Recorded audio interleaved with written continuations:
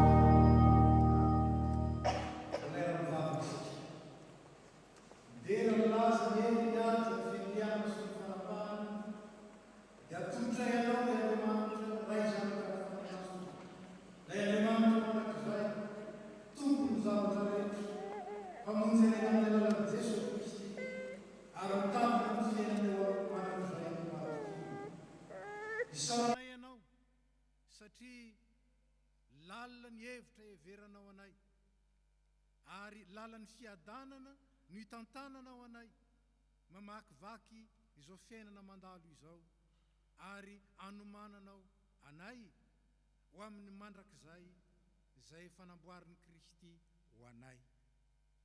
Raha eo misaotra anao zay fa na dia eo aza ny zavatra maro samihafa mifamaofao amin'ny fiainan'ny zanak'olombelona, na dia eo aza ny zava-manahirana ny saina sy manahirana ny tena eo anivon'izao tontolo izao iainanay, dia matoky kosa ary azo itokiana ilay Andriamanitra efa nifidy anay tao amin'ny Jesosy Kristy ary miantoka ny fiainanay ka sady fiarovana lehibe no antoka koa azohonay mizotra amin'ny ho avy amin'ny pahatoniana.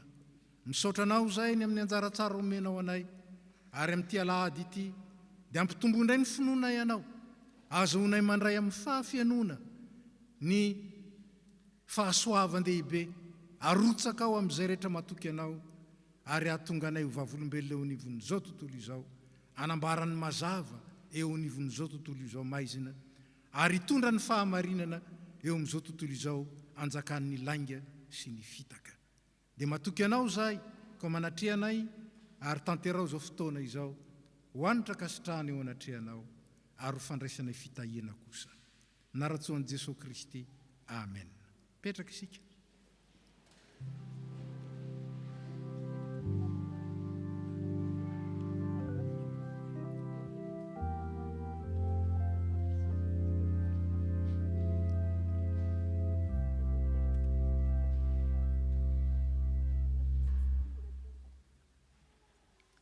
Ry havana,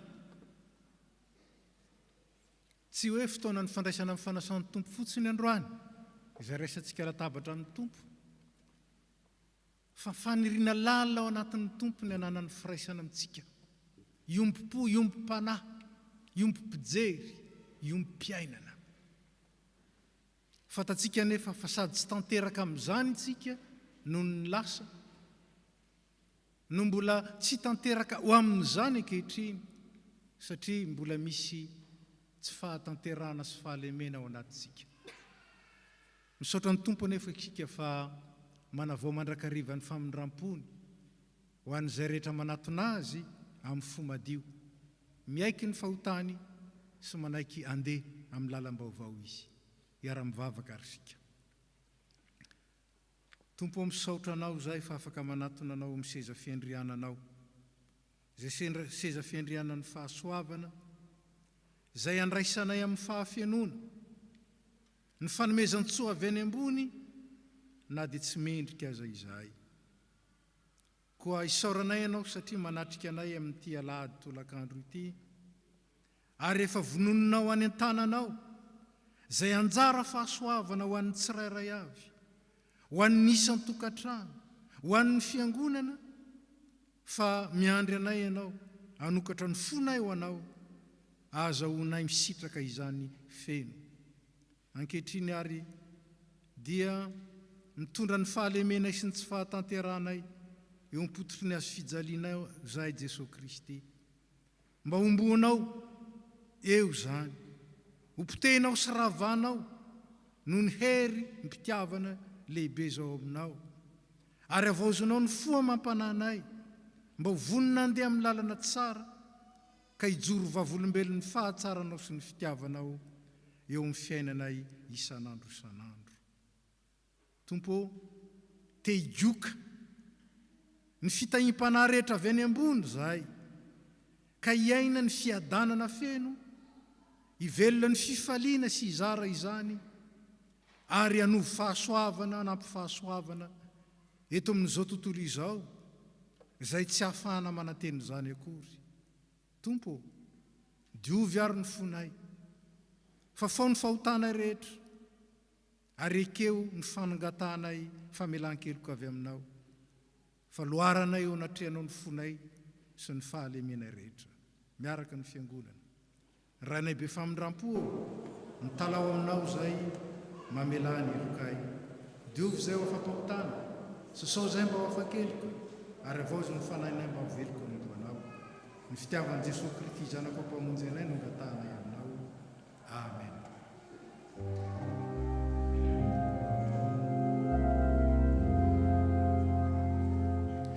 Ea, ea, ea,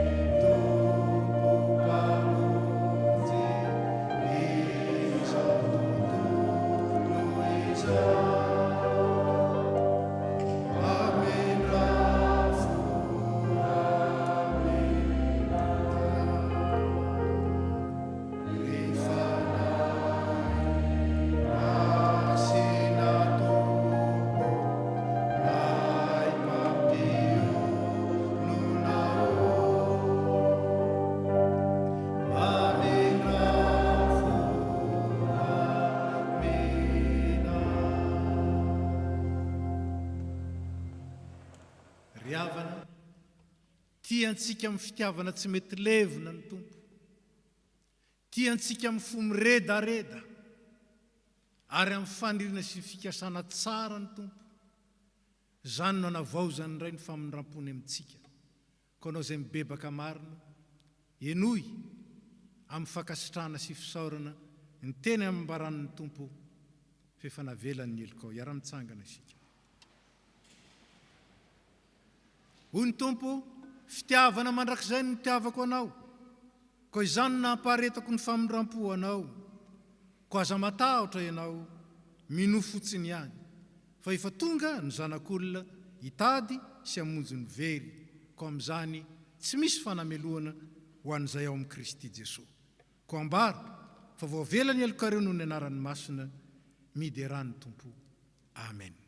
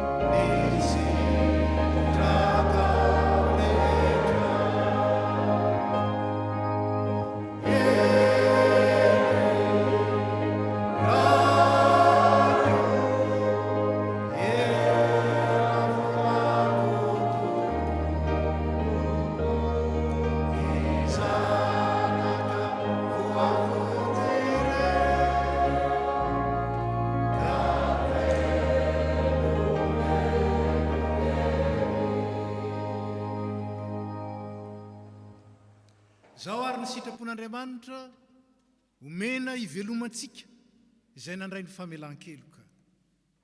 Hoy ny tompo, zaho ny Jehovah Andriamanitra ao, aza manana andriamanin-kafa fa izaho ihany. Fa ho tahina izay olona matoky ny tompo, dia izay manana ny tompo tokiny, ko matokian'i Jehovah ianao ka manao vasoa, dia onona amin'ny tany ianao ka ho faly amin'ny fahamarinana. Amen.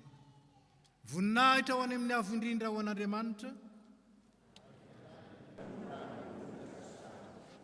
Petraka isika.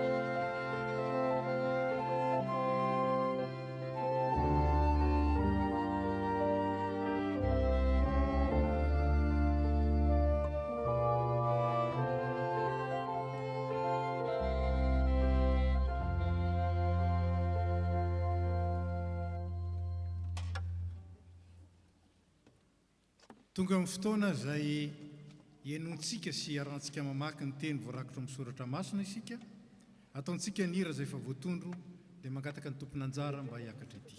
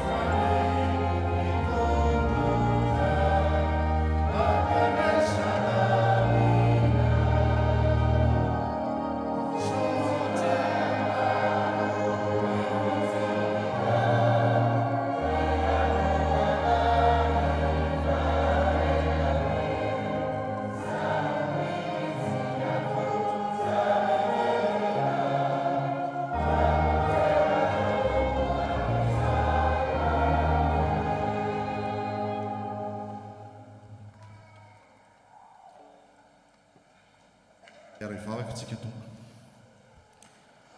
tombo Andriamanitra io misaotra anao izay noho ny nanomezanao ny fotoana rehetra izay ahafahanay miaraka miombona amin'izao fotoana ahafahanay manompo anao izay indray. Tonga amin'ny fotoana ianona ny teninao izahay tompo, ka dia mangataka ny fanahy masonao mba hirotsaka aty anatina ny tsirairay avy, ary engany mba ho tany lemaka andriny izany teny izany tokoa izahay, ka haniry-paka aty anatinay ny teninao izay teny masina satria masina ianao, ary izay rehetra tsy avy aminao tompo dia ho ampangininao. Misaotra tompo noho ny fitiavanao anay. Amen.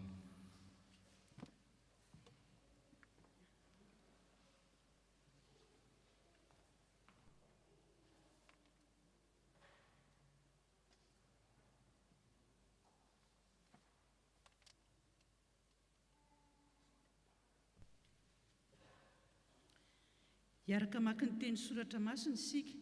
Izany dia hitantsika eo amin'ny Deutéronomie toko 4:20 andininy 4 ka hatramin'ny 10. Deutéronomie toko 4:20 andininy 4 ka hatramin'ny 10. Amin'ny anaran'i Jesosy. Dia ho raisin'ny mpisorony eny an-tananao ny arona ka apetrany eo anoloan'ny alitaran'i Jehovah Andriamanitra ao. Dia hiteny eo anatrehan'i Jehovah Andriamanitra ao ianao ka hanao hoe: Sirianina mpanjenjena ny raiko, ka nidina tany Egipta izy, dia nevahiny tany mbanin'ny olombitsy, ary tany izy no tonga firenena lehibe sy mahery sady maro isa. Ary nanao ratsy tamintsika ny Egiptianina ka nampahory antsika sy nampanao antsika fanompoana mafy. Dia nitaraina tamin'i Jehovah Andriamanitra ny razantsika isika, ka nihaino ny feontsika izy, ary nijery ny alahelo-tsika sy ny asantsika ary ny fahorintsika. Ary ny tanana mahery sy ny sandrina hinjitra sy ny fampatahorana lehibe sy famantarana ary fahagagana no nitondra an'i Jehovah antsika nivoaka avy tany Egipta. Dia nitondra antsika niditra teto amin'ity tany ity izy, ka nanome antsika ity tany ity, dia tany todra-dronono sy tantely. Ary ankehitriny Jehovah indro efa nendiko ny voaloham-bokatra amin'ny tany izay nomenao ahy. Dia velao eo anatrehan'i Jehovah Andriamanitra ao ny zavatra, ary mivavaha eo anatrehan'i Jehovah Andriamanitra ao.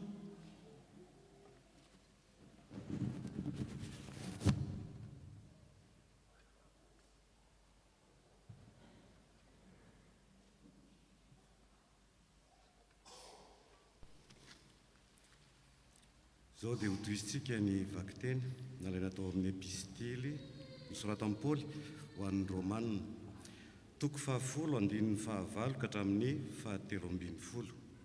Toko 10 andininy 9 ka hatramin'ny 17. Fa ahoana no lazainy? Eo akaikinao ny teny, dia eo ambavanao sy ao am-ponao, dia ny teniny amin'ny finoana izay torianay. Satria raha manaiky an'i Jesosy ho tompo amin'ny vavanao ianao, ary mino amin'ny fonao fa Andriamanitra no nanangana azy tamin'ny maty, dia ho vonjeny ianao. Fa amin'ny fo no inona ahazahoana fahamarinana, ary amin'ny vava no anekena ahazahoana famonjena. Fa hoy ny soratra masina, tsy homenatra izay rehetra mino azy, fa tsy misy hafa na jiosy na jentilisa, fa iray ihany ny tompony izy rehetra, sady manan-karena omeny izay rehetra miantso azy izy, fa izay rehetra miantso ny anaran'ny tompo no hovonjena. Amen.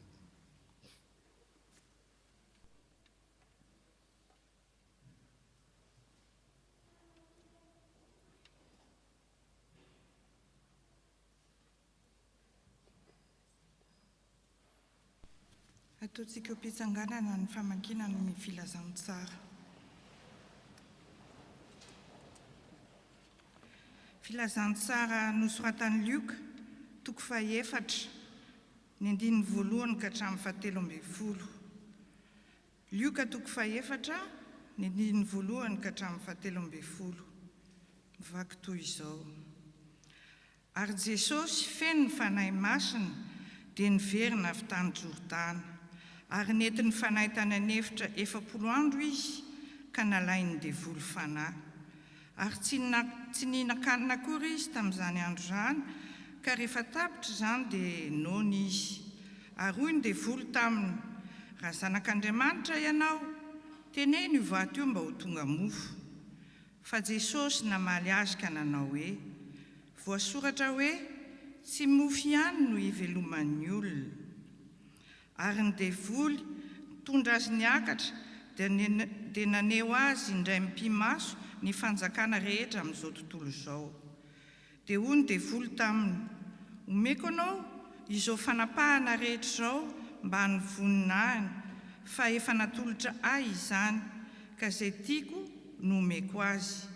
Koa ihany koa keto anatrehako ianao, dia ho anao avokoa izany rehetra izany. Fa Jesosy namaly ka nanao taminy hoe, voasoratra hoe, Jehovah Andriamanitra no iankofanao, ary izy irery ihany no tompoinao. Ary nitondra azy nakany Jerosalema izy, dia nampitoetra azy teo an-tampon'ny tempoly ka nanao taminy hoe, raha zanak'Andriamanitra ianao, mivariana any ambany any, fa voasoratra hoe, izy andidi ny anjeliny ny aminao mba hiaro anao, ary eny an-tanany no hitondran'ireo anao. Fandrao tafitohina amin'ny vato ny tongotrao. Fa Jesosy namaly ka nanao taminy hoe, voalaza hoe, aza maka fanahy an'i Jehovah Andriamanitrao. Ary rehefa natapitra izay fakapanahy rehetra ny devoly, dia nandao azy izy aloha. Amen.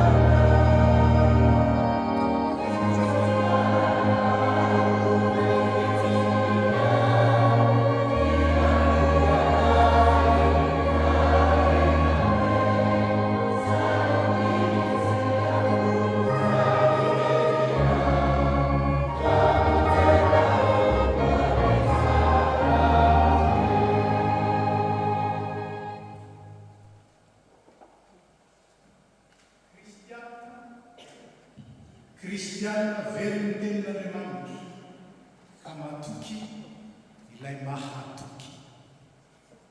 Kristiana velon'ny tenin'Andriamanitra ka matoky ilay mahatoky. ny fanahy mason'Andriamanitra hitari-dalana antsika hitombonin'ny finoantsika ka azontsika mahita amin'ny fahafianoana ny fahatsaran'ilay Andriamanitsika. Amen. Napetraka isika.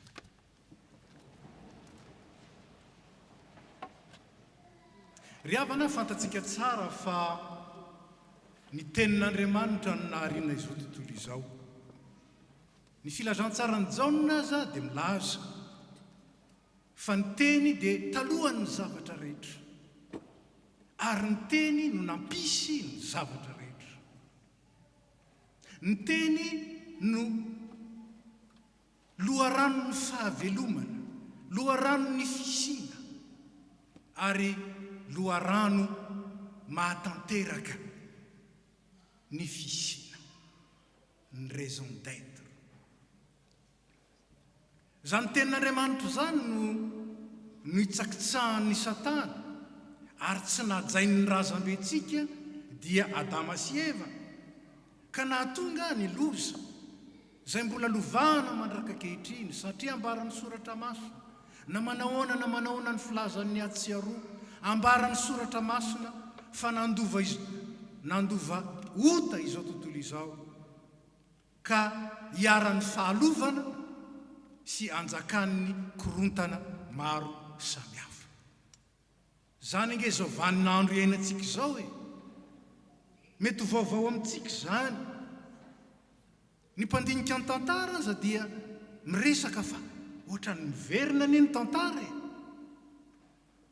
to hitan'ny sasany sahadiny ray ny ady lehibe voalohany nisian'ireo tranché, satria manisy tranché manodidina ny Kiev, ny Ukrainiana.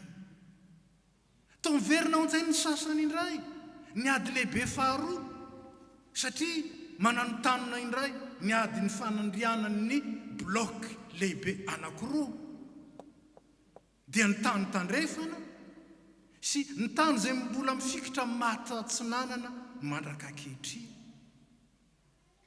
Fa ho antsika mahalala ny soratra masina, to miverina indray ny toe-javatra izay efa niseho teo amin'ny firenen'i Israely, fa raha nandova ny tany Kanana izay nampanantenan'Andriamanitra azy izy, dia nanome toky azy Andriamanitra fa raha tsy mivadika amin'ny teniny izy, raha tsy mivadika amin'ny fanekena ity firenena ity, dia hiady ampinaritra ao amin'izany tany zany.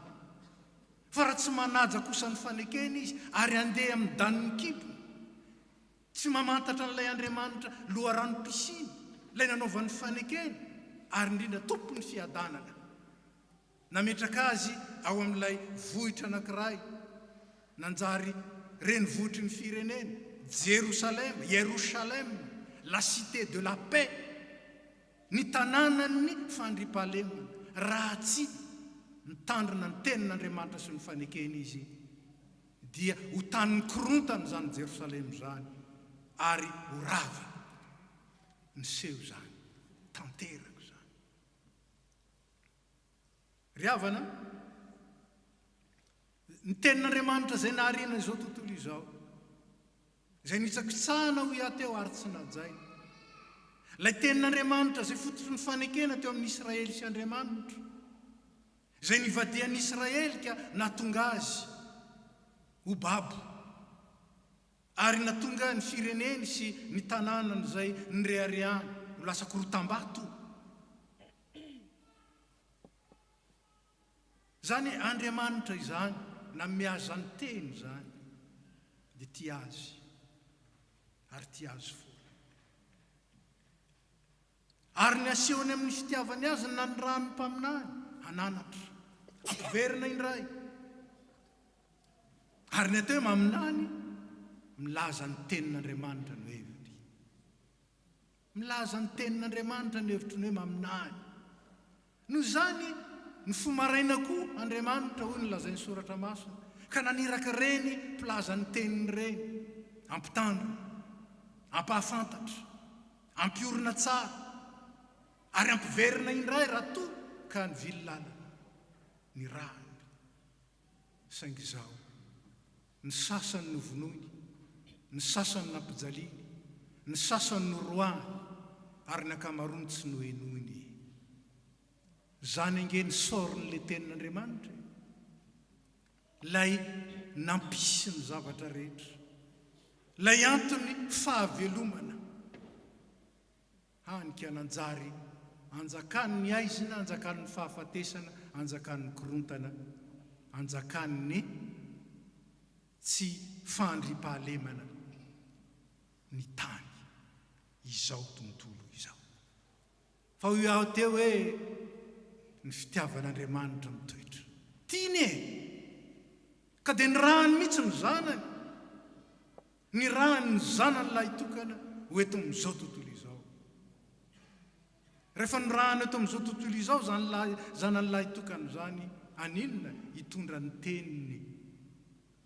Dia ambaran'ny soratra masina fa izy ilay teny tonga nofo ka nonona tamintsika. Raha tonga teto amin'izao tontolo izao anefa le tenin'Andriamanitra, le teny pahary, le teny fahavelomana, dia hoy ny anambaran'ny filazantsarany Jaona azy, tonga teo amin'ny azy izy, ny azy tsy nandray azy. Tonga teo amin'izao tontolo izao ny mazava, saingy naleon'ny olona ny maizina, satria ratsy ny asany. Fa ilay teny tonga nofo, ny ran'Andriamanitra amin'izao tontolo izao, hitondra ny fahamarinana, hitondra ny fahazavana, nombona teo amin'ny azo fijaliana.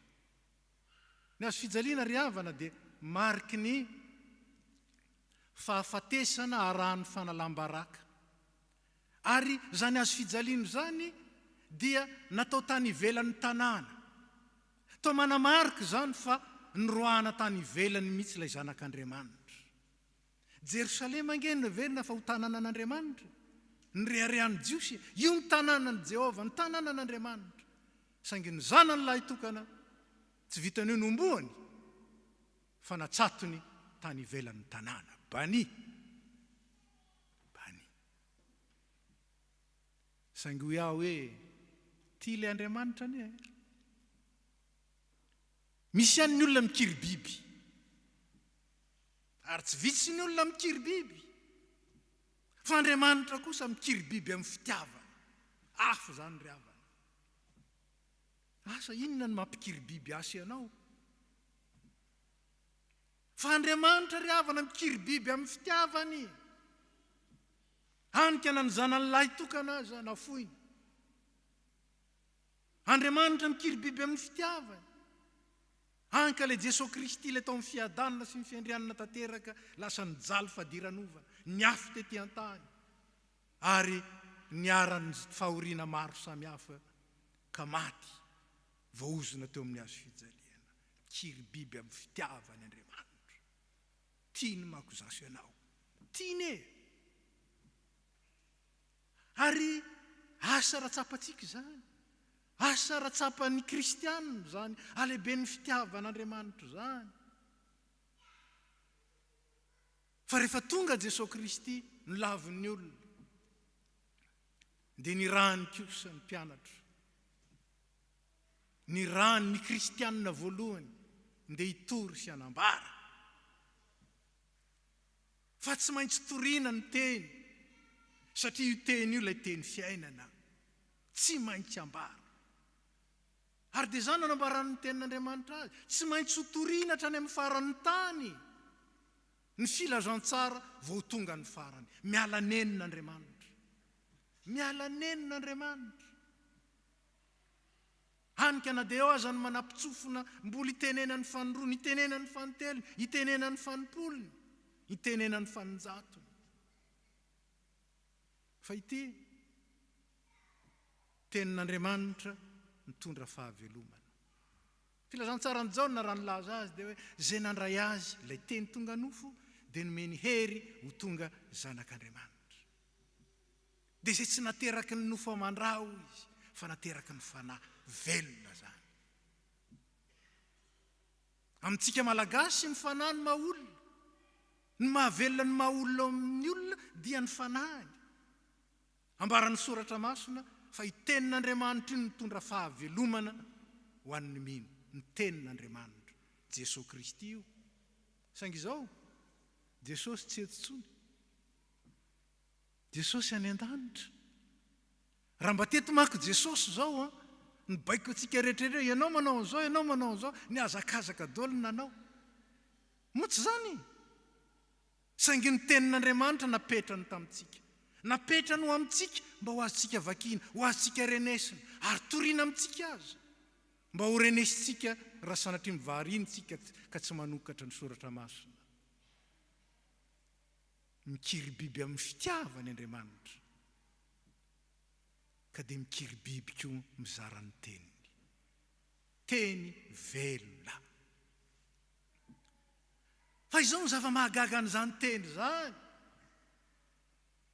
Mitondra fahavelomana ho an'izay mandray azy zany teny zany. Tanteraka. Raha namaky tsara ny filazantsara teo sika, nalain'ny devoly fanahy ny tompo. Dia ny fandrian'ny devoly, inona navalin' Jesosy? Tenin'Andriamanitra mandrakariva. Voasoratra hoe, noho efa fanondrony namaly Jesosy hoe, voasoratra hoe, dia mba hitany Satana dia mba lasa izy nanao kopia. Azonareo nalainy ny photocopieuse. Tak, sak, nivoaka. Raha zanak'Andriamanitra ianao mienjeravy eny ambony eny. Fa voasoratra hoe, mahay makatahaka angety devoly. Dia mba lasa izy mba nitanisa nanao verset biblika. Saingy verset de circonstance. Nitsopotsoponina fotsiny. Fa tsy ilay teny mahavelona. Hanika namaly koa Jesosy fa voasoratra hoe Jehova ihany no ankofanao ary izy ihany no tompoinao. Satria velona tao amin'ny Jesosy zany. Fa ny tenin'ny Satana tsy velona tao aminy akory fa de circonstance. Inona ny vokany? Lasa Satana, nandositra Satana. Tsy zakany Satana ry havana ny teny veloman'ny olona. Ka miaina ao anatiny ary ambarany, tsy zakany. Lasa izy. Fa rehefa mipetraka fantatra fotsiny tsy enjery ao amin'ny saina fotsiny le tenin'Andriamanitra, tsisy fiantraikany amin'ny fiainana ary indrindra tsy mamelona ao anaty ao. Dia anaovan'ny Satana va-et-vient. Ary tsy vitsy ny kristiana anaovan'ny Satana va-et-vient. Dia eo aloha dia mba ilozany kely aloha dia mba velombelona. Iverenana ny ray avy dia iny fa mitoletsika. Dia mba ilozany kely indray dia mba velombelona. Dia manao yo-yo. Ry havana. Tsy mba metrahan'Andriamanitra fitokisana ary tsy azo atokisana eo amin'ny fijorona vavolombelona ny olona tahako izany. Fa velona ny tenin'Andriamanitra. Lazaina amin'ny fomba hafa hoe velona ho amin'ny tenin'Andriamanitra. Ka mahatonga azy matoky. Ary satria natoky ny tompo Jesosy. Nona ange zany. Nona. Reraka. Saingy nanankina ny adiny tamin'ny tompo izy.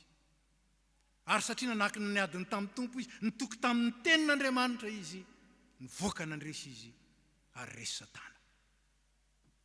Resy Satana. Eo amin'izao vanim-potoana iainantsika izao maro ny zavatra izay azo lazaina fa mandindona ny fiainantsika. Manamalika ny fiainan'izao tontolo izao. Ary zany azy. Asanareo. Za dia manahy mafy hipoaka ny ady lehibe fahatelo. Asanareo e. Zavatra tsy inona akory ange dia mety mampipoaka zavatra. Dia amin'izao fotoana izao dia ny hoe iza ny por amin'ny Potina ary iza ny tsy por amin'ny Potina. Zany ange ny andanan'izao tontolo izao e. Inona no ambaran'ny tenin'Andriamanitra? Ny fitiavan'Andriamanitra amin'izao tontolo izao tsy miova. Ary ahoana nisehony zany fitiavana zany amin'izao vaninandro iainantsika izao? Voasoratra hoe tiavany namanao. Tsy zany? Za kosa milaza aminareo, tiavany fahavalonareo ary mivavah ho an'izay manenjika anareo. Tokony hivavaka ho an'ny Ukrainiana ny antsika fa mijaly izy. Fa mivavah ho amin'ny Potina koa e. Eto mbavaka izy. Mba andre ny antson'Andriamanitra sy ny tenim-pitiavan'i Kristy. Eto mbavaka izy. Mba atakarany vidinaina. Fa ny tsirairay io lafo vidy eo amin'i Jesosy Kristy ny fiainako ny fiainanao na tonga azy maty teo amin'ny azo fijaliana. Eto ambavaka mba hatakatra izany potinina.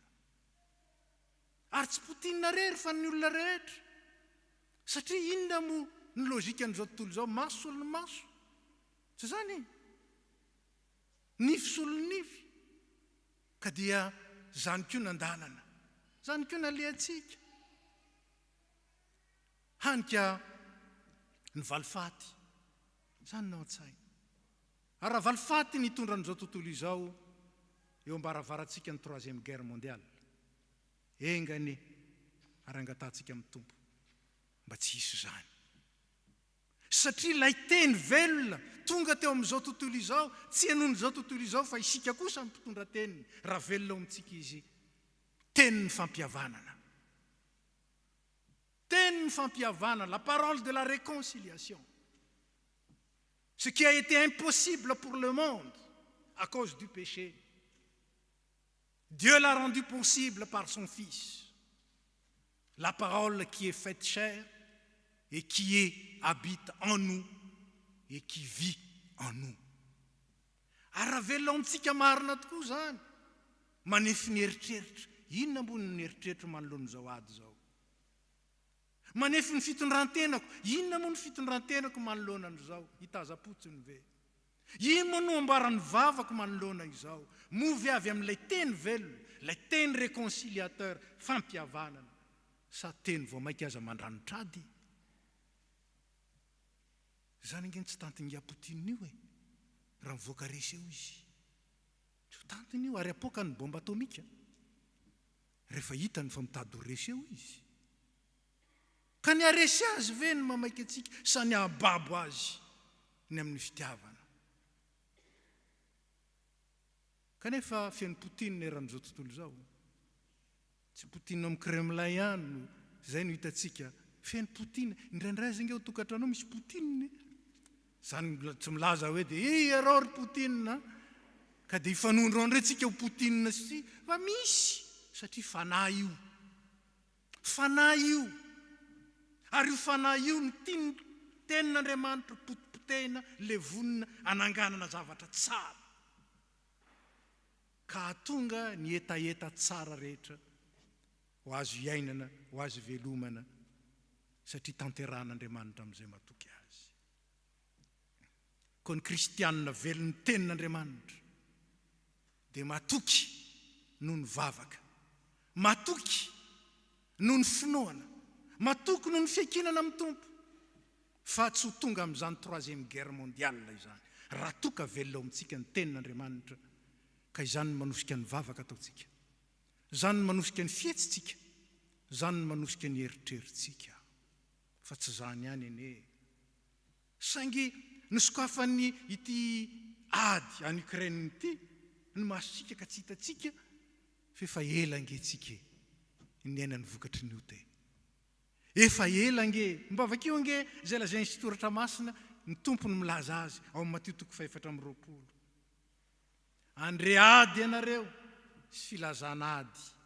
Marihana fa ny filazantsarany Mateo dia nisoratana tany amin'ny taona fa 970 tany. Zany hoe efa 2 taona latsaka kely zay. Ny tompony te andre ady ianareo. Efa hitan'ny tompo ange io e. Efa hitany ange ny 1e guerre mondiale sy ny 2e guerre mondiale ary zao guerre zao. Hitany ene. Isy filazana ady. Kanefa aza matahotra ozy. Tsy maintsy tonga zany kanefa tsy mbola tonga ny farany. Isy firenena hitsangana mely firenena. Mateo 4:20 mivakiko aminareo. Isy fanjakana hitsangana mely fanjakana. Isy mosary. Dre, nikere, manjary haiko iteny io. Tamin'ny herintaona vao mba nalala ny hevitra zany. Isy kere. Ambaran'ny toratra masony zany. Isy horontany samihafa. Ary zany rehetra zany ny fiandohan'ny fahoriana. Dia ho atolony amin'ny fahoriana ianareo, enjehiny ianareo, ataony tsinitsininy ianareo noho ny anarako. Ary isy mpaminany santoko aza hitsangana, hamitaka ny maro, mafinaritra nefa lazany amin'ny andininy 2 ao nefa nohony amin'ny olombofidy dia afoezina zany andro zany mila ny olombofidy Andriamanitra tahaka ny Abrahama na ny fona ho an'ny Sodoma sy Gomora na dia teo azy ny fahadalany ka namonjena ny Lota na dia tsy azo navela azy Sodoma sy Gomora tahaka ny Elia nivavaka mba hampisy ranonorana ka dia nirotsaka ny ranonorana tahaka ny Jesosy Kristy nivavaka ho an'ny mpianany mba ahery ireo ary mba ino ny olona no ny teniny hany ka dia niparitaka ny filazantsara mandraka ankehitriny ary raha ho an'izay tsy mahalala ny Baiboly no boky betsaka voatonta betsaka indrindra eran-tany ny Baiboly saingy izao move velona tokoa amin'ny kristianina zany tenin'Andriamanitra zany fa raha velona zany dia miditra tsehatra ny tompo satria mahatoky izy digne de confiance ny lohahevitra izay nifidiny ny vondronasa satria ny vondronasa no mandrafitra ny fitoam-pivavahantsika matoky ilay mahatoky misy moa mamadika an'io teny io qui a confiance à celui qui est digne de confiance à celui qui en est digne tena mahatoky eo Andriamanitra io ka azitsika eterana tokoa fa nandalo aza ny valanaretina isy varianty tsy fantatrontsony tonga hatrany amin'ny omega angamba satria izay ny farany amin'ny lettre grecque dia mahatoky fa izay tahin'Andriamanitra izay arovany tsy toa zany nivakitsika teo tamin'ny findohana izay arovany tsy toa dia toy ny tanàna mirona tendrombohitra tsy miontsina hoy ny anambaran'ny mpanao salamo azy ihany manana zany fatokiny zany tsy matahotra hoy aho teo hoe mety hipoaka ny ady lehibe fahatelo tahotra tokoa zany zarainy zany fa eritreritro zany fa manana fahatokina koa sika fa hain'Andriamanitra mitondra ny lalan'ny tantara raha mijoro amin'ny fahatokina azy isika ka ny olombofidiny arovany olombofidiny ve zasy ianao matokia fa mahatoky ilay mizara ny teniny aminao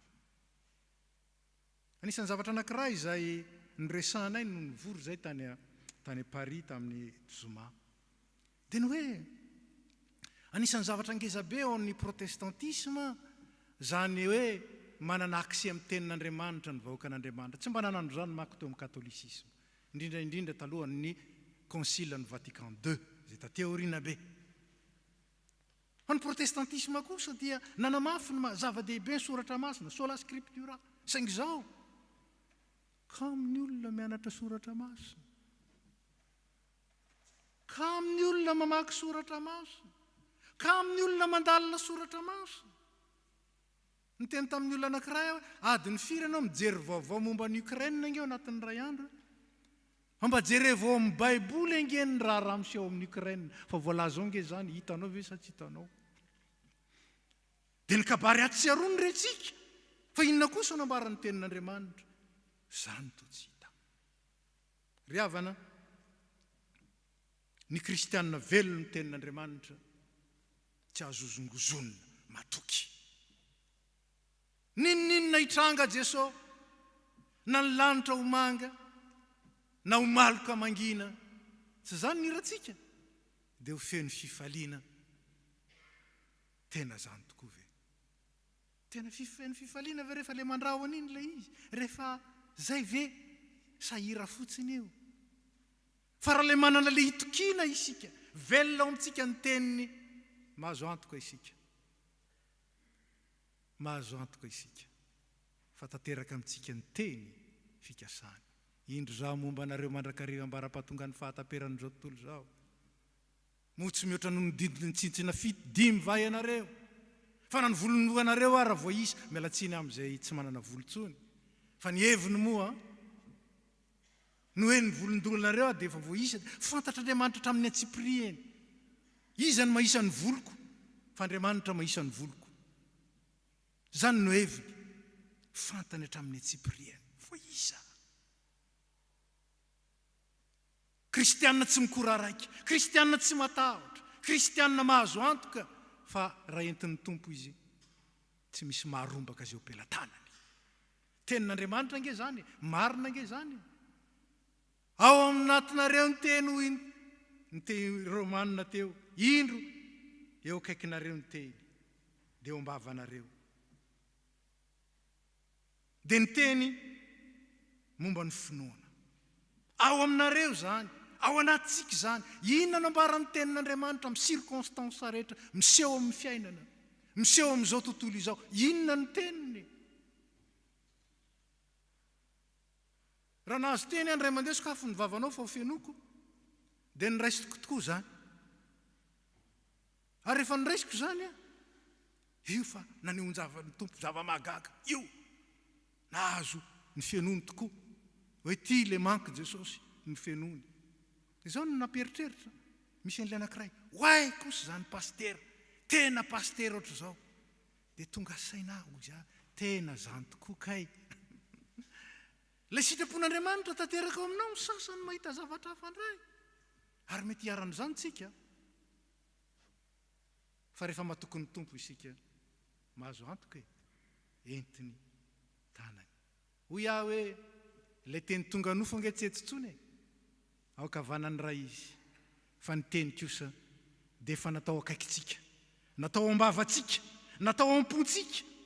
Tsy velona fotsiny ihany fa mamelona tsika. Ka na manaona ny zavatra iseho, na isy aza ny 3e guerre mondiale, raha isy zany engany tsy isy. Zay tanan'ny tompo voaro amin'izany. Matoki ianao.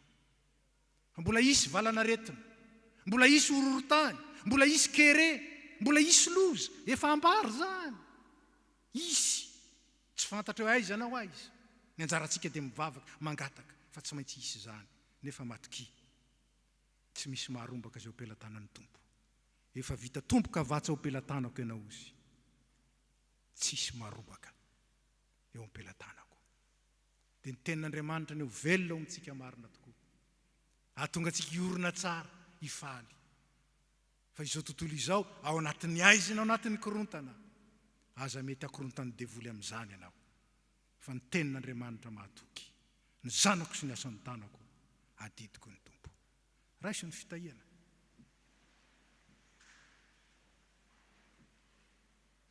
Ho aminareo rehetra ny fahasoavan'i Jesosy Kristy, ny fitiavan'Andriamanitra ray ary ny firaisana amin'ny fanahy masina, ampahery anareo amin'ny tenin'Andriamanitra, ary amelona anareo amin'ilay teny velona, ahatonga anareo ajoro tsara, ho vavolombelona matoky eo anivon'izao tontolo izao, ka tsisy harombaka anareo am-pelantanan'ilay efa nividy lafo anareo tamin'ny rany. Mahatoky izy, ary manjaka eo kavanan'ny ray ankehitriny miantoka ny azy. Dia mahatoky ilay niantso anareo ho amin'ny fiainana izy ahatanteraka izany ho an'izay mahatoky azy. Amen. Petraka isika.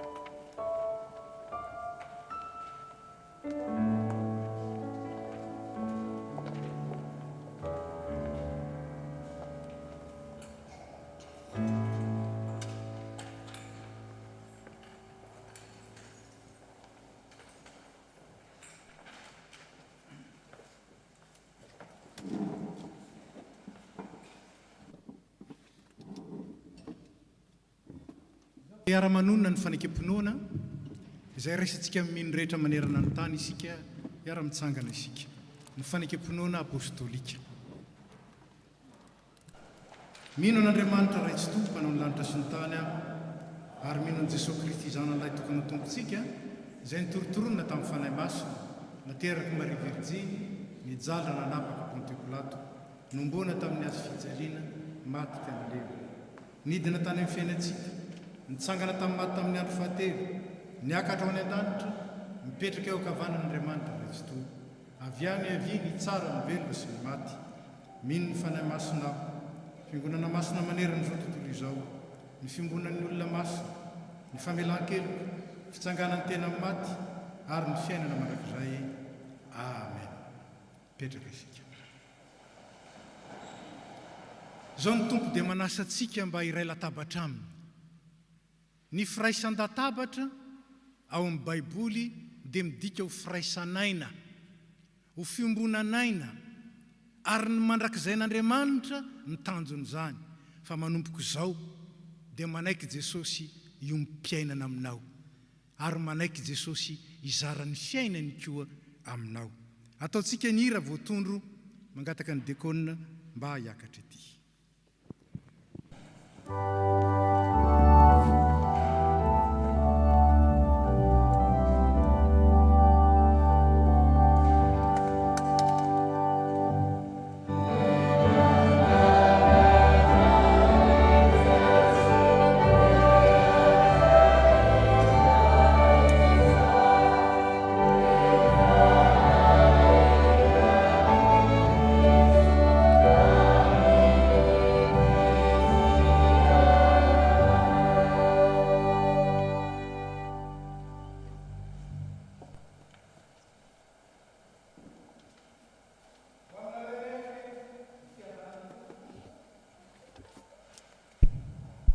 Aoka iara-mitsangana isika izara ny fiadanan'ny tompo amin'ny eo akaikitsika hitodika amin'ny ary tena ny eritreritra na tsy mafy aza hoe ho aminao ny fiadanana na maliky eo hoe ary ho aminao koa.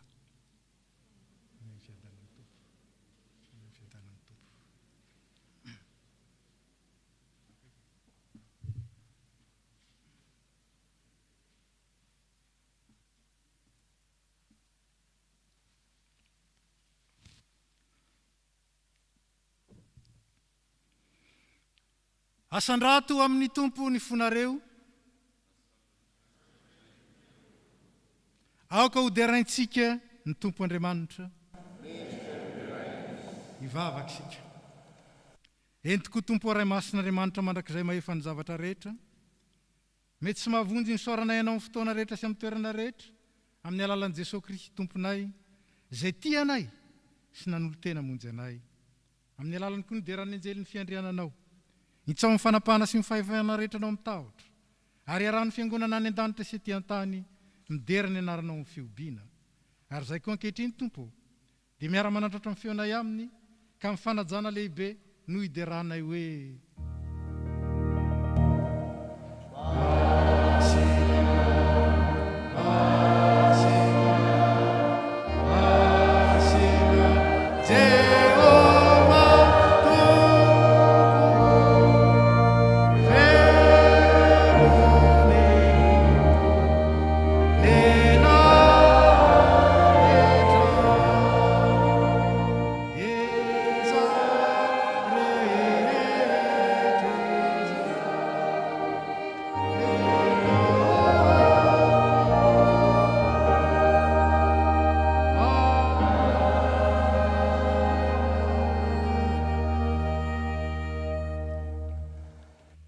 Zao no voarakitry ny apôstôly mitantara ny fanaisan'ny tompo voalohany izay mbola ankalazaintsika mandraka ankehitriny. Fa Jesosy Kristy tompontsika tamin'iny aliny izay namadiana azy dia nandray mofo.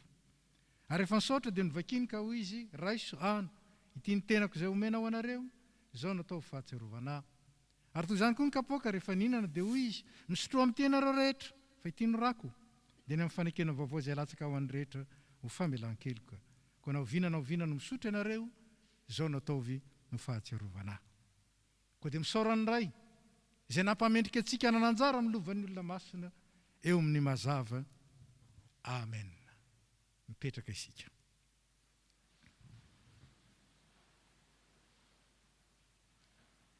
Araka izany teny fanorenana napetraka ny tompo izany ry havana, dia aoka isika atsiaro an'i Jesosy Kristy ilay maty nisolo antsika sy nitsangana fanamarinana antsika, dia fanatim-pihavanana izay natolotr'Andriamanitra antsika izany.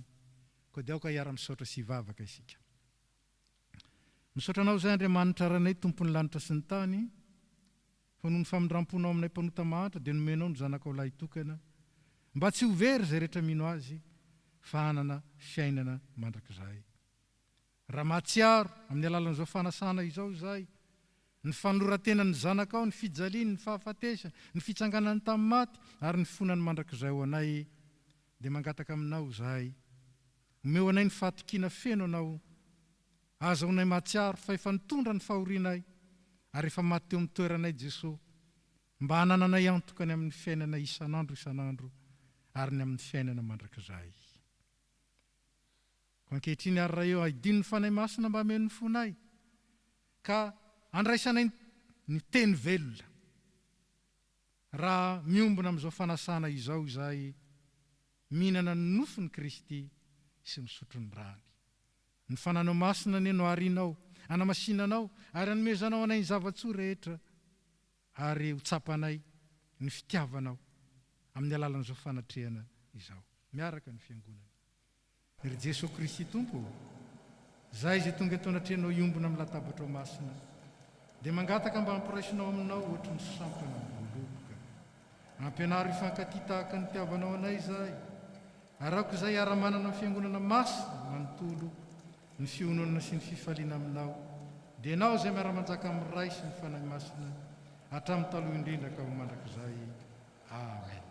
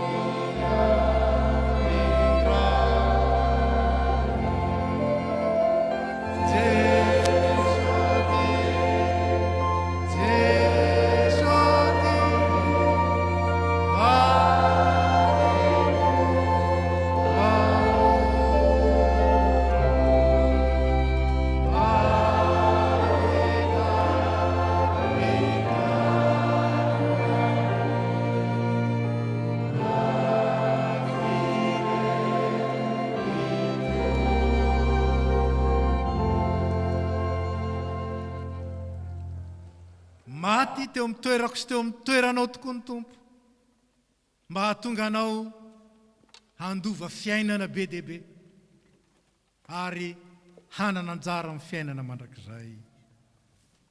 Koa satria efa nandray ny fanahy mahazanak'Andriamanitra antsika isika, dia afaka manonona ilay vavaka nampianarin'ny Kristy ny zanak'Andriamanitra rehetra manao hoe: rainay ô izay any an-danitra, mba masinina anie ny anaranao, mitonga anie ny fanjakanao, atao anie ny sitraponao, ety an-tany takon'andany. Meo anay ny izanona sahaza ao anay, ary mamela ny ilokay, tahaka ny namelana izay meloka taminay.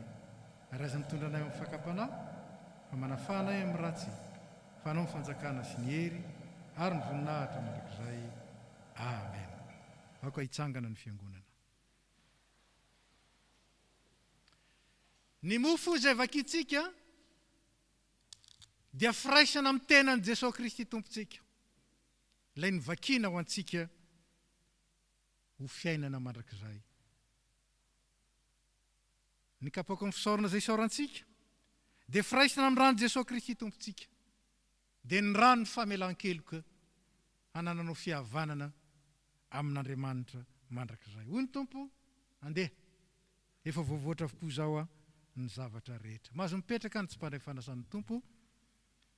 Manao ny hira fafito amby zato isika dia zaraina amintsika ny mofo sy ny kapoaka. Rehefa tafaverina ity ny dekona, miara-mihinana ny mofo sy ny sotro amin'ny kapoaka isika. Zay nahazo dia mahazo mipetraka mba azahoan'ny dekona mahita, izay mbola tsy nahazo. Hira fito amby zato. Thank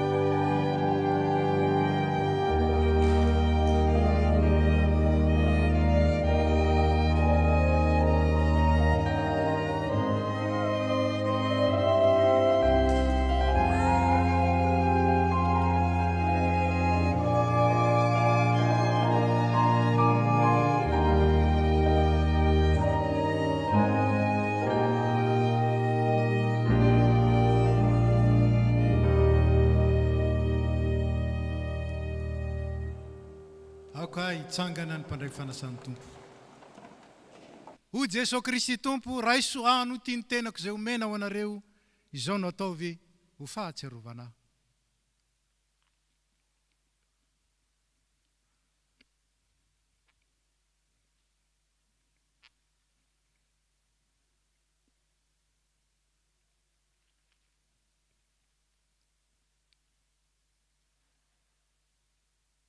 Hoy koa Jesosy tompo, sotroinareo rehetra ity fahatino rako, dia ny amin'ny fanekena vaovao izay latsaka ho an'ny rehetra ho famelan-keloka, izao no atao fahatsiarovana na ovinana no misotro ianareo.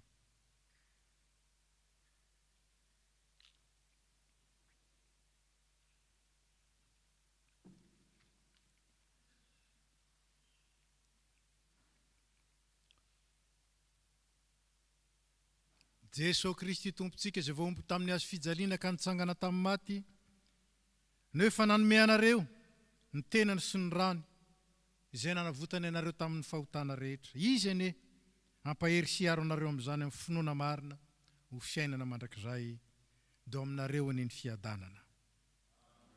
Olivavaka isika. Ry Andriamanitra tsy toso mandrakizay io.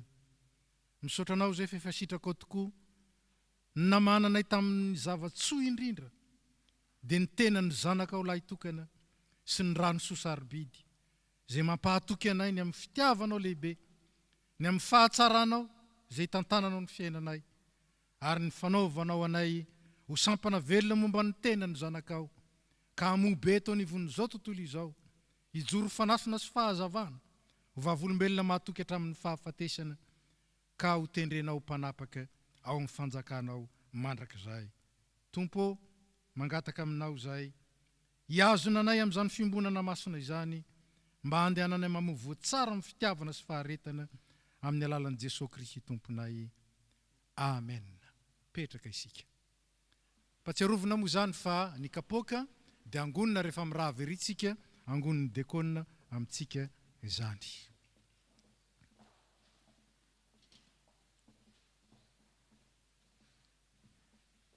Zao dia tonga amin'ny fotoana ny filazan-draharaha isika, mangataka ny tompony anjara mba hiroso amin'izany.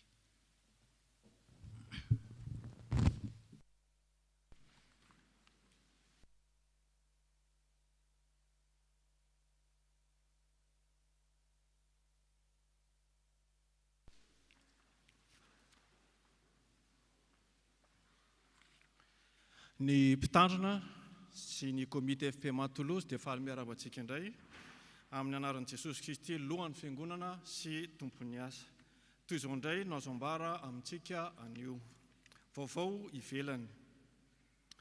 Le Conseil d'Église chrétienne en France, qui comprend la Conférence des évêques de France, la Fédération protestante de France, l'Assemblée des évêques orthodoxes de France, ainsi que la Conférence des églises européennes, la Fédération luthérienne mondiale, la Communion mondiale d'églises réformées et le Conseil méthodiste mondial lancent un appel pour la paix en Ukraine par la prière, pour la fin immédiate de la guerre et pour la solidarité par les dons.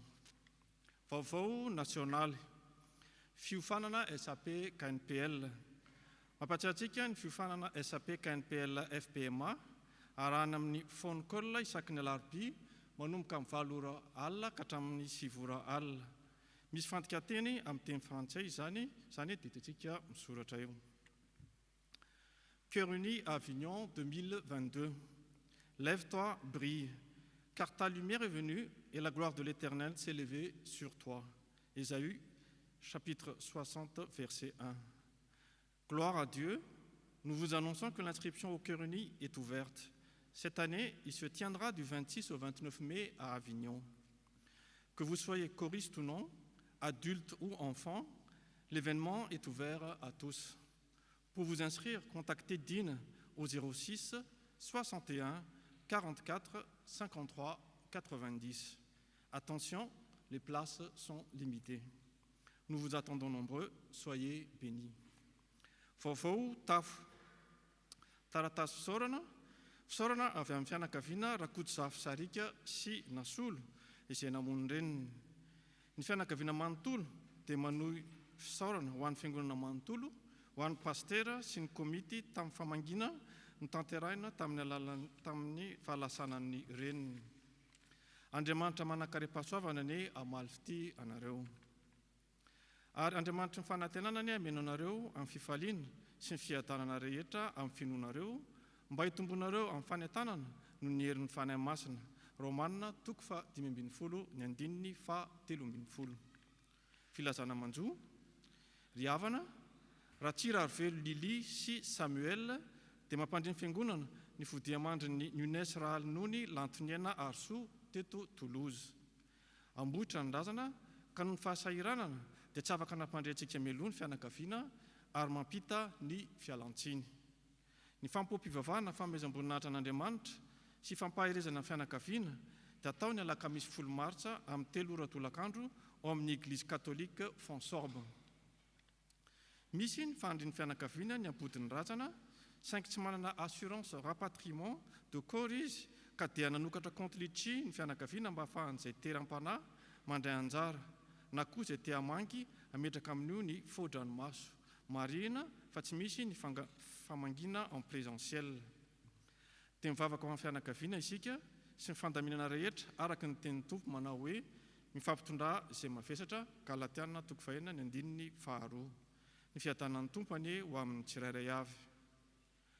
Filazana manjo 2. Ry havana mpiara-manompo eto amin'ny FPMA Toulouse. Hoy ny tenin'Andriamanitra, misaorany Jehovah ry fanahiko. Salamo 3:3. Andriamanitra no manome ary izy koa no maka. Fankasitrahana sosorana lehibe no tolotra azy tamin'ny nanomezan'ny rainay malala Razafindrafito Eugène Henry nandritra ny taona maro ny fandimby. Hoy ny zanany Hery sy any malala Ramamonsoa. Famangina manjo. Ny famangina ny fianakaviana Razafimanana Robin sy Viviane izay namono rainy sy ny fianakaviana Andrembololona Daniel izay namono ny ray tapo aminy dia ho tanterahana androany. Ny famangina ny fianakaviana Ramiandro Sotina sy Brigitte izay namono reniny sy ny fianakaviana Ravelonjato Juliana sy Miora izay namono rainy dia ho tanterahana amin'ny alahady 13 Martsa heriny anio. SVK. Isataona SVK 2022. Tia ny mpahary, tia ny zavaboary. Ary Jehovahandriamanitra nitondra andra-lehilahy ka namponina azy tao amin'ny sahedena hiasa sy hitandrina azy. Genesis 2:15. Ny sampana SVK Toulouse dia faly manasa ny fiangonana hiara-mankalaza an'Andriamanitra no ny fahatratrarany 15 taonany. Izany dia ho tanterahana ny asabotsy 12 sy ny alahady 13 Martsa ho avy izao any amin'ny Vieux Temple. Toy izao ary ny fandaharana. Ny asabotsy 12 Martsa manomboka amin'ny 2 ora tolakandro ny fotoana ka isy fiofanana mitondra ny lohateny hoe ny mpahary, ny zavaboary ary ny olona araka ny soratra masina. Izany dia ho tarihan'ny mpitandrina Élysée Andriamiandra. Andray anjara koa ny pasteur Josiane Ravelson izay mpitandrina mpiany SVK nasionaly. Ny fampianarana hoentiny amin'izany dia momba ny fifandraisana eo amin'ny olona sy ny zavaboary, ohatra sy fijoroana ho vavolombelona. Ny fotoana dia ho farana an'Andriamatoa Lucien Buisson izay ambassadeur Église Verte et Toulouse amin'ny lohahevitra ny olombelona sy ny zavaboary ary ny angovo. Ny alahady 13 Marsa dia isy fampoam-pivavahana amin'ny 10 ora sy sasany izay tarihan'ny sampana vehivavy kristianina. Izy fiaraha-misakafo fanasana fiangonana manontolo manomboka amin'ny 2 ora tolakandro ao amin'ny restaurant international La Volonté au Son Couvert 2 rue Maurice Conne 31200 Toulouse. Ny fandraisana anjara dia 26,50 € ho an'ny olon-dehibe ary 13 € ho an'ny ankizy latsaky ny 12 taona. Ny fividianana bie dia azo atao eo am-piravana, afaka manantona na miantso ny birao SVK koa izay te hividy bie.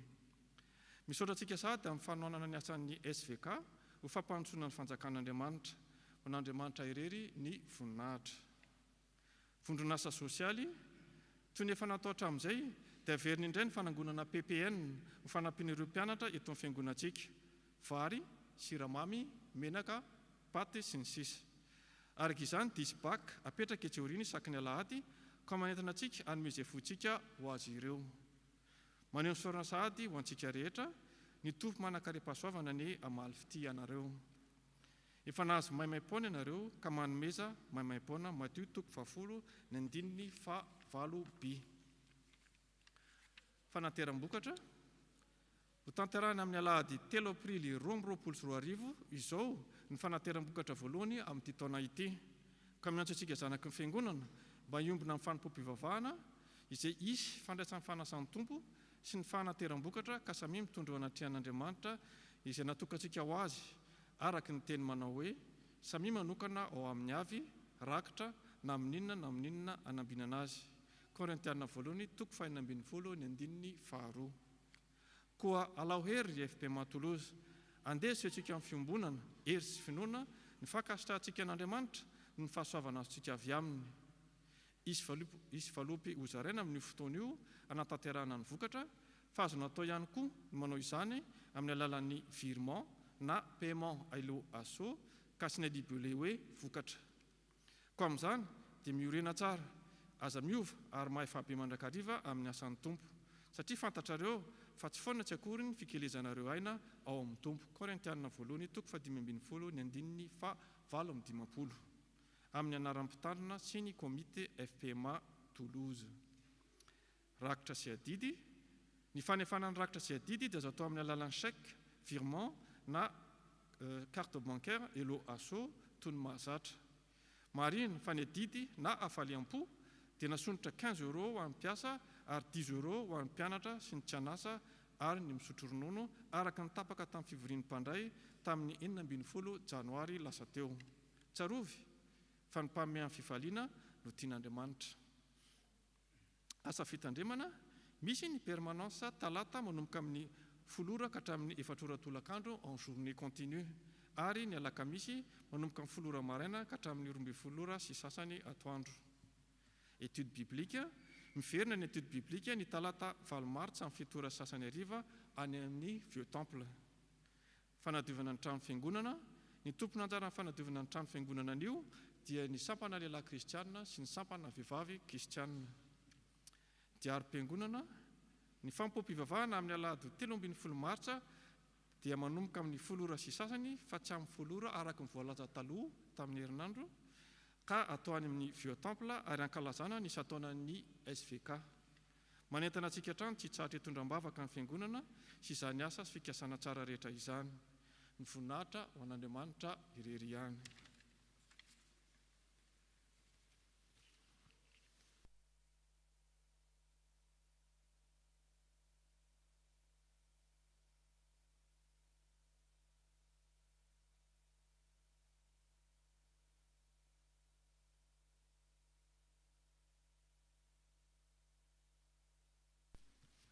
Fanaontsika ny miaraba ireo vahiny izay sendra mandalo na voatonga irom-ponenana eto Toulouse ka miaraka mivavaka eto androany. Angatana ianao mba hitsangana raha ao anatin'izay.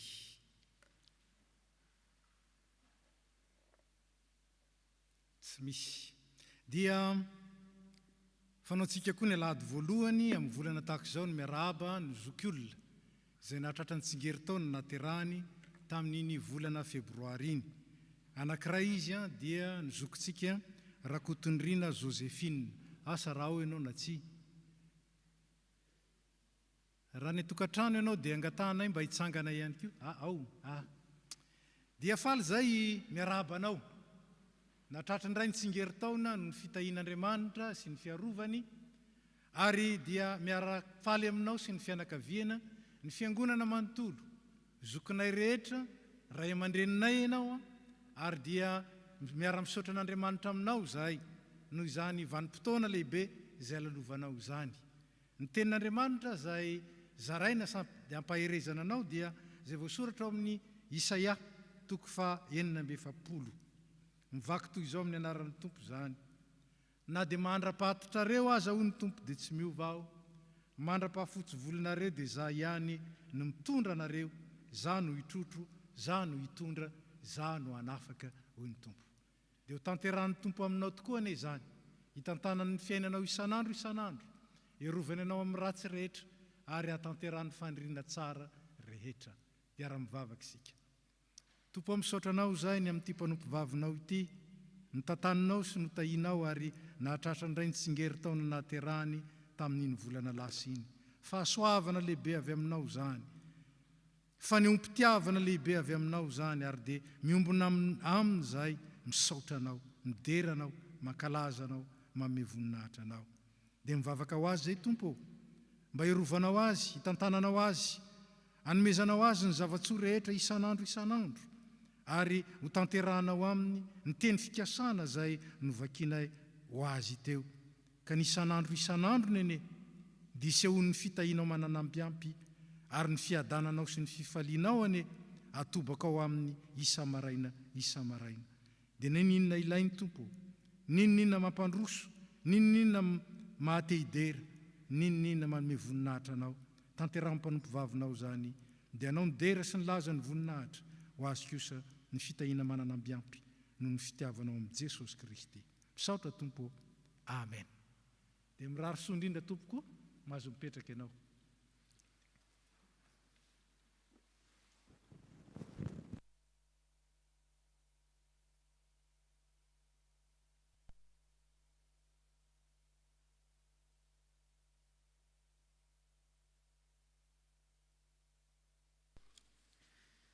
Miroso amin'ny minitra trano isika, zavatra anankiroa no zaraina amintsika androany. Ny voalohany dia mikasika ny stand trano fiangonana, dia manomboka izao zany dia misy stand izay ery ampidirana na eto amin'ny temple du Salin zany na ny amin'ny vieux temple, mialohan'ny fanompom-pivavahana sy aorian'ny fanompom-pivavahana. Amin'ny stand io dia isy ekipa andray antsika zany raha ohatra tsika ka manana fanontaniana mikasika ny tetikasa trano fiangonana, izay isa fanontaniana manitikitika antsika dia afaka manatona an'izy ireo isika. Afaka maka ihany koa isika ny valopy izay ahafahantsika manatanteraka mameno ny promesse de don avy amintsika. Misy karazany roa moa ny promesse de don izay azontsika atao, dia na ny don permanent na ny don ponctuel, zany hoe fanomezana maharitra mandritra ny volana maromaro isam-bolana zany na toa dia ataontsika indray mandeha.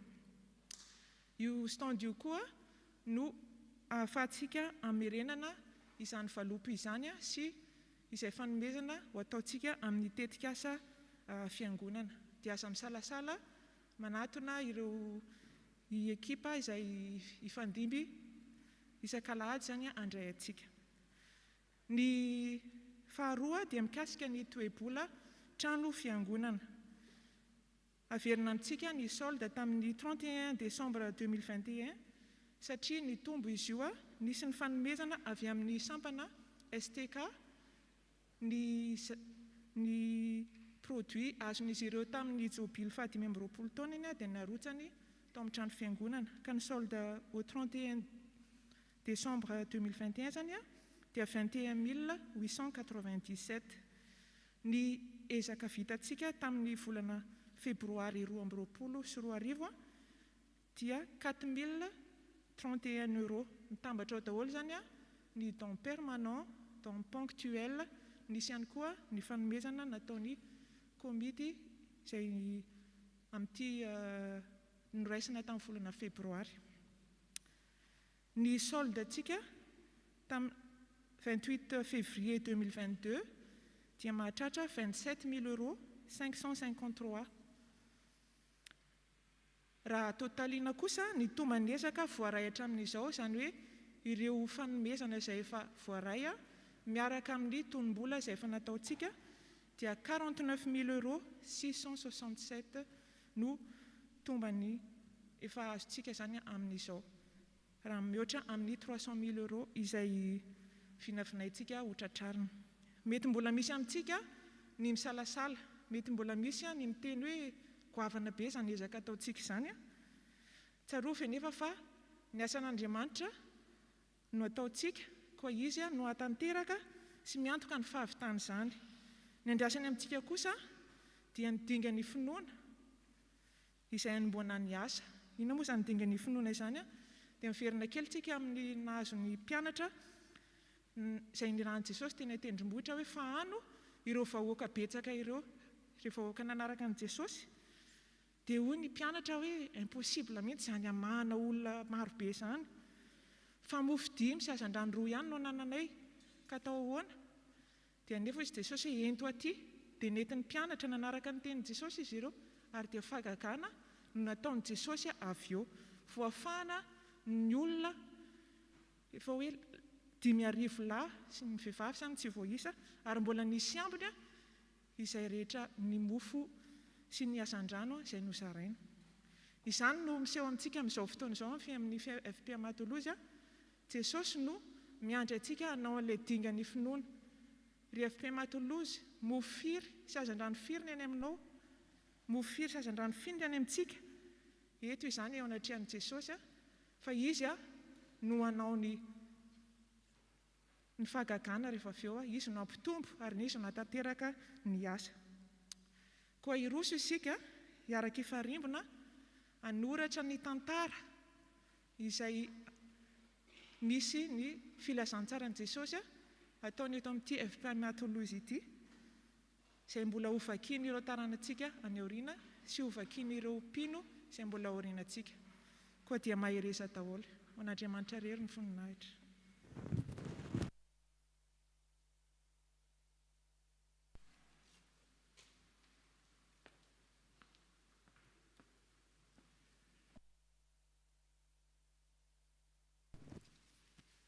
Dia tonga amin'ny fotoanan'ny fanatitra isika izao ry havana. Ataontsika ny hira 5:300 dia ho tatazana ny rakitra indray mandeha monja, saingy mitambatra ao anatin'izany rakitra indray mandeha izany ny rakitra voalohany sy faharoa fanaontsika teo aloha, ny rakitra fandraisana, mitambatra ho anankiray ao anatin'izany ka dia herezo araka ny teny fampaherezana antsika rehetra teo dia tsaroa fa izay maame amin'ny fifaliana dia mandray fankasitrahana feno avy amin'Andriamanitra. 5:300.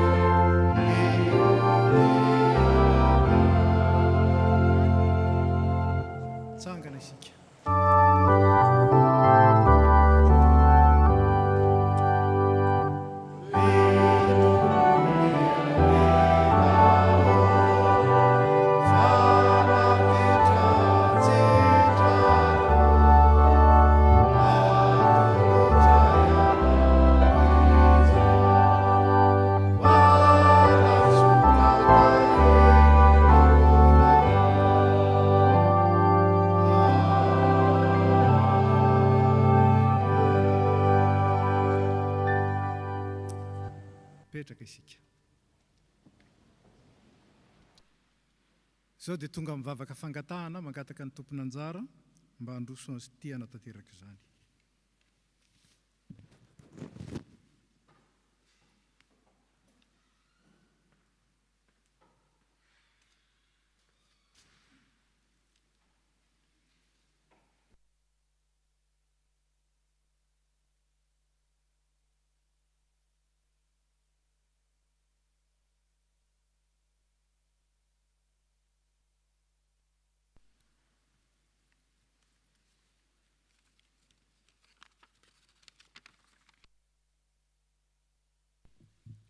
Olay araka vavaka isika tompoko.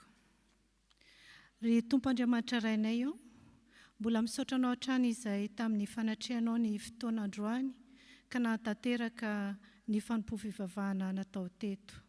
Midera sy mankalaza ny anaranao mandrakariva, fianao rery ihany no mendrika izany. Ankehitriny izay dia manandratra mivavakay aminao, koa mianoanay ry Tompo malala. Vavaka aminao izay mba ho velona anaty anatinay tokoa ny teny araka izay nosaraina taminay teo. Mba ho fiainanay isan'andro izany Tompo, ary mba ho vavolombelonao mandrakariva izahay. Vavaka aminao izay mba hitahinao ny ezaka rehetra atao amin'ny asa fitoriana filazantsaranao ity an-tany. Mba hiroborobo sy hakasika olona maro izany Tompo, satria ny fiainanay ny teninao no antoka tokana azahoanay miaina ao anatin'ny fiadanana manoloana ny savorivory misy manodidina anay. Koa manapia-nay Tompo, ireo manapia koa ireo mpanomponao maneran-tany miasa amin'ny fanitarana ny fanjakanao. Entinay ambavaka manokana ny ezaka sy ny fikasan'ny FPMA mba hananana mpitandrina matianina maro kokoa, satria betsaka ny vokatra fa vitsy ny mpijinja. Ka engane Tompo mba maro ireo an'olon-tena amin'izany asa masina izany, mba ho voninahitry ny anaranao. Vavaka ho an'ny fiangonanao sy ny vahoakanao rehetra, mba hasaijoro ho vavolombelona amin'ny asa, amin'ny fitiavana ary amin'ny finoana. Mametraka eo am-pelantananao ny fiangonanay FPMA Toulouse. Omeo anay tsy hankanavaka ny fahendrena avy aminao, mba hankasitrahanao ny fanompoana izay ataonay isan'ambaratonga ny avy. Mametraka anao ny fikasana anangana trano fiangonana, aoka anao ny mpitarika anay ao anatin'izany, ka izay dia mpanosy mpankatoa fotsiny ihany Tompo, araka ny voasoratra ny tenao manao hoe, raha tsy Jehovah ny manao ny trano dia mahasa foana ny mpanao azy. Mivavaka amin'ny asa rehetra atao eto anivon'ny ESPMA ihany koa, ahafahanay manantanteraka ny asan'ny sampana sy asa sosialy ny fiangonanao. Vavaka aminao ihany koa izay ho an'ny fandriampahalemana maneran-tany, mba hatsara Tompo ny ady eo amin'ireo firenena maro samihafa, tononay manokana amin'izany ny Ukraine sy Russia. Teo-ndreo maso-panahy ireo mpitondra ka hampandevitra ny ampompony izy ireo. Mahay zavatra rehetra anao Tompo ka matoky izay fa hainao no mampitsahatra izany ady izany. Vavaka ihany koa izay ho an'ny Madagasikara tanindrazanay. Hitanao ireo vona maro samihafa ny fanesy. Eny Tompo, ianao no mahita ihany koa ny fahasaranana miantra amin'ny vahoaka malagasy. Tao io ny mpitondra, tao io ny vahoaka, ary tao io ny ezaka rehetra entina miady amin'ny fahatrana sy koa ny ezaka rehetra entina mampandroso ny firenenay. Vavakanao ihany koa izay ho an'ny La Frantsa izay firenena mampiatrano anay, ampitoery Tompo ny fiadananao mba mahafanay ihany koa miadana anatin'izany. Tiana ihany koa no tondram-bavaka aminao ireo tsy salama, naiza misy azy ireo, na inona aretina mahazo azy. Mehery rehetra entina miady amin'ny aretina sy miatrika amin'ny fitsaboana Tompo. Ianao no hiasa amin'ny alalan'ny mpitsabo sy ny fanafody ka hitondra fanasitrana azy ireo. Ampio ihany koa ny fianakaviana mikarakara ireny marary ireny, mba tsy ho reraka fa ianao no heriny. Ianao n'Andriamanitra lehibe ny hitondra fanasitranana ny nofo sy ny fanahy rehetra mangetahita izany. Vavaka ihany koa ho an'ireo manamanjo, ampinoana izy ireo Tompo araka ny voasoratra ny teninao manao hoe, mahasitrana ny torotofo izy sy mameno feriny. Koa eo aminao no ametrahanay azy ireo, ampio izy ireo Tompo mba ho afaka amin'ny alahelo. Mametraka eo am-pelantananao ihany koa ity herinandro vaovao hodiavinay ity indray, mba ianao no ataonay mpitaridalana. Ampio izay amin'ireo asa miandry eto amin'ny fiangonanao. Io ny asan'ny tsirairay, ny fianarana sy ny fikasana soa rehetra ao aminay tsirairay avy. Tantany mba handeha araka ny didinao, ka aoka ny tenin'ny vavanay sy ny fisaina fonay Tompo mba hankasitrahana mandrakariva eo masonao. Maro ny vavaka tianay asandratra fa tsy voatononay eto avokoa izy ireny. Fantatray nefa Tompo fa naroviana, ary na aiza izay no mivavaka aminao dia miaino anay mandrakariva ianao. Misaotra anao sahady no ireo vavalim-bavaka efa homaninao sy ny fitaina tsy mitsahatra avy aminao. Amin'ny anaran'i Jesosy Kristy nanaovana izany vavaka izany. Amen.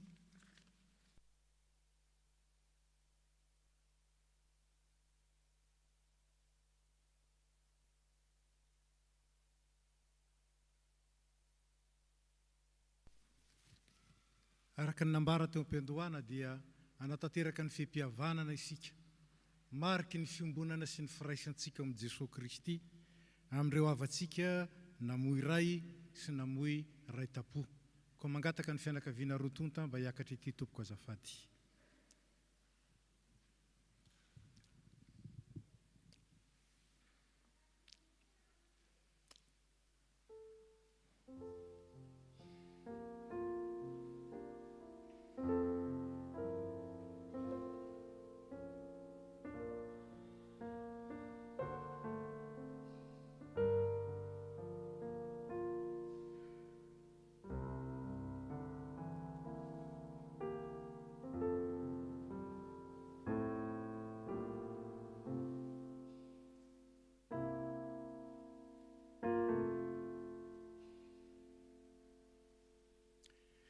Ry izy mianakavy manoloana anareo eto ny fiangonana, manoloana zao fisaranantany zao izay mangidy amin'ny olombelona, satria ny fahafatesana no fahavalo tsy maintsy resena dia mahatsiaro ihany tsika tanam-polo, kanefa kosa manana fanantenana lehibe tsika ao amin'ny Jesosy Kristy ilay tiantsika, ary efa nisantatra ireny avantsika ireny, ny aloha lalana, satria izy efa maty talohan'ny avantsika ary nitsangana tamin'ny maty fanantenana fa hanangana izay rehetra anjarany amin'ny maty koa izy.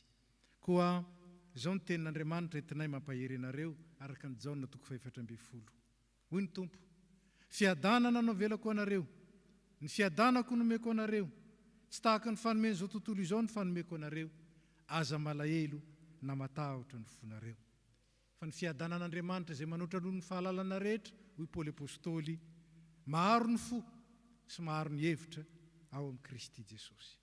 Ka dia mitondra ny tenin'ny fiangonana manontolo zahay, mampahery anareo, mampionona anareo, ary indrindraindrindra mampitraka anareo, fa na dia tsy vitantsika aza miady amin'ny fahafatesana, efa resin'i Jesosy Kristy ho antsika zany, ary ny fanantenana velona izay nomeny antsika tamin'ny fitsanganana tamin'ny maty, lova ho antsika zany, ary fampiononana lehibe ho antsika sy noho n'ireo avantsika izay namoy antsika.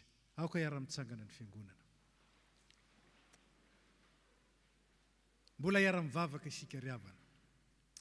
Tompo manoloana anay eto reto fianakaviana ireto izay namoy havana, ray, mpiray tapo. Fantatrao Jesosy ningidy ny fahafatesana, fa nikaikaiky ianao nanoloana ny fahafatesanao, ary latsa-dranomaso ianao nanoloana any Lazarosy sakaizanao izay maty koa. Tompo misaotranao nefa izay, fa nanaiky handahatena sy hanolo-tena ianao hiady ho anay, mba hahatonga anay kosa handray ny fananganana anaka ka handresy. Misaotra ny amin'izany fandreseny izany zarainao ary fampiononana lehibe ho anay. Ankehitriny mitondra reto fianakaviany reto am-pelantananao zahay, ampaherezinao ka na inona ilainy Tompo, azahoany mitraka, azahoany mijoro amin'ny finoana, ary azahoany manana fanantenana velona ny amin'ny ho avy, dia ankinina aminao zany. Ny fahatsiarovana ny havanay izay lasa nodimandro nantsonao ane, dia ampitraka anay, ibanjinanay anao Jesosy Kristy, tompony finoana sy mpanefa azy, ka ahatonga anay ahery fa tsy ho kivy, ahatonga anay hitraka fa tsy hitolefika, ary atonga anay androso amin'ny fanantenana fa tsy hiverina kosa anaiky ho resy.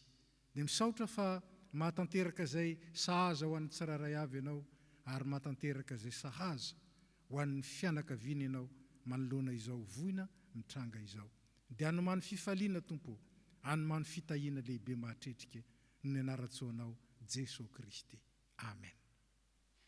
Dia ankoatr'izany ry izy menakavy dia fanao ny fiangonana no mampiseho ny fiombonana aminareo ary indrindra fandraisana anjara amin'izao hita mavesatra izao. Tsy afaka mifanatona moa isika kanefa dia misy ny kitapo izay anangonan'ny tsirairay avy ny izay foiny ho fandraisana anjara amin'izao hita mavesatra ireo izao. Kely dia kely tompoko nefa fanehoanay fiaraha-miora aminareo ary fandraisanay anjara amin'ny anjara rambondamba ho an'ny maty sy ho fampiononana koa ranomary tsy masaka ho an'ny velona zany. Kely dia kely kanefa kosa ny fonay ny mameno azy ka ny fanirinay lasan'izay ny ratsy rehetra ary dia ho fanantenana lehibe no omanin'Andriamanitra antsika ho amin'ny ho avy indray. Dia aza misosoka lailitsony tompoko.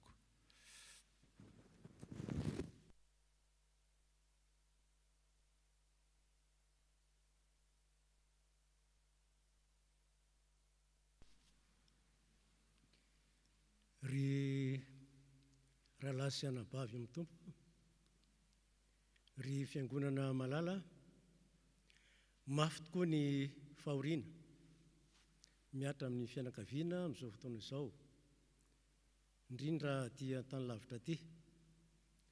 Nefa misaotra an'Andriamanitra ny fianakaviana fa manana anareo, tsy mamela ny fianakaviana ho irery amin'ny anatin'izany fahoriana izany, fa manatanteraka ny tenin'ny soratra masina, miarah mitomany amin'izay mitomany ary mifampitondrà izay mavesatra. Koa amin'ny anaran'ny fianakaviana rotonta, Andriambololona Daniel sy Razafimanana Robin sy ny fianakaviana manontolo na eto an-toerana ny Madagasikara, tondrana fisaorana feno sy tanteraka ho anareo amin'izao fotoana izao. Misaotra noho ny amin'ny fampiononana, tsy mba tenin'olombelona no nentinareo, fa tenin'Andriamanitra izay manome fanantenana sy fahatokiana feno sy tanteraka mampitombo ny finoana. Misaotra amin'ny vavaka ary tsy vitan'ny tenin'Andriamanitra sy vavaka ihany no nataonareo, fa narahanareo ny vola mikareny izany. Ny tenin'ny fianakaviana dia misaotra ihany, mankasitraka, mankatelina ary misaotra dia misaotra tompoko. Andriamanitra izay manankanem-pahasoavana hamaly fitianareo. Misaotra tompoko.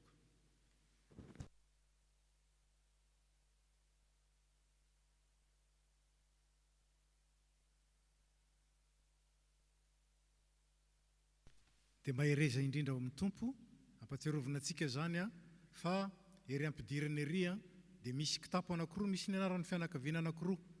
Fanaontsika moa manatitra ny valopety, faharotsakatsika ao zany ho fanehoantsika ny fiombonana sy ny firaisana amin'ireto avantsika ireto. Mahazo mipetraka ianareo.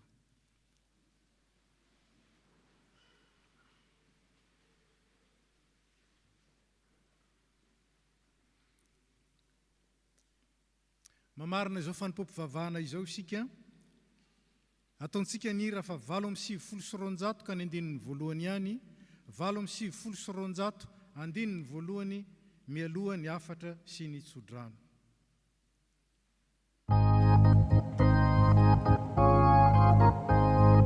Tsangana isika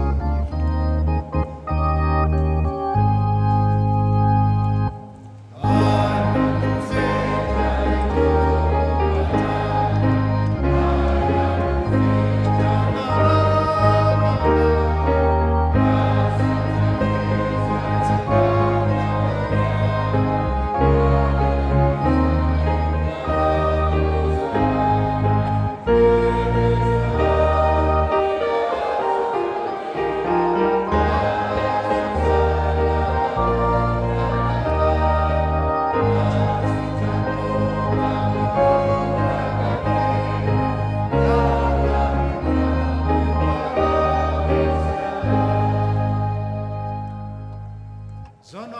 isika avy amin'ny tenin'Andriamanitra, aoka ny tenin'i Kristy toetra betsaka ao aminareo amin'ny fahendrena rehetra, dia mifampianaraka amin'ny fananara amin'ny salamo sy ny firana ary ny tonon-kiram-panahy, mira amin'ny fahasoavana omponareo ho an'Andriamanitra.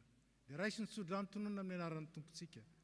Hitahy anareo ny tompoka hiaro anareo, ampamirapiratra ny tavany aminareo ny tompoka hamindra fo aminareo, anandratra ny tavany aminareo ny tompo ka hanome anareo fiadanana. Amen. Voninahitra ho an'Andriamanitra ray zanaka ary fanahy masina, izay hatramin'ny taloha indrindra ka ho mandrakizay. Amen. Mandehana amin'ny fiadanana ka manompony tompo.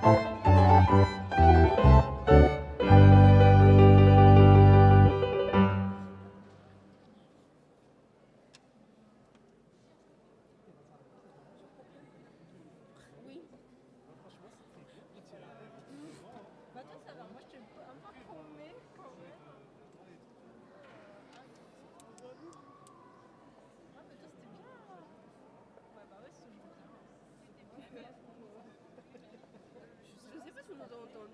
Bon, c'est pas grave.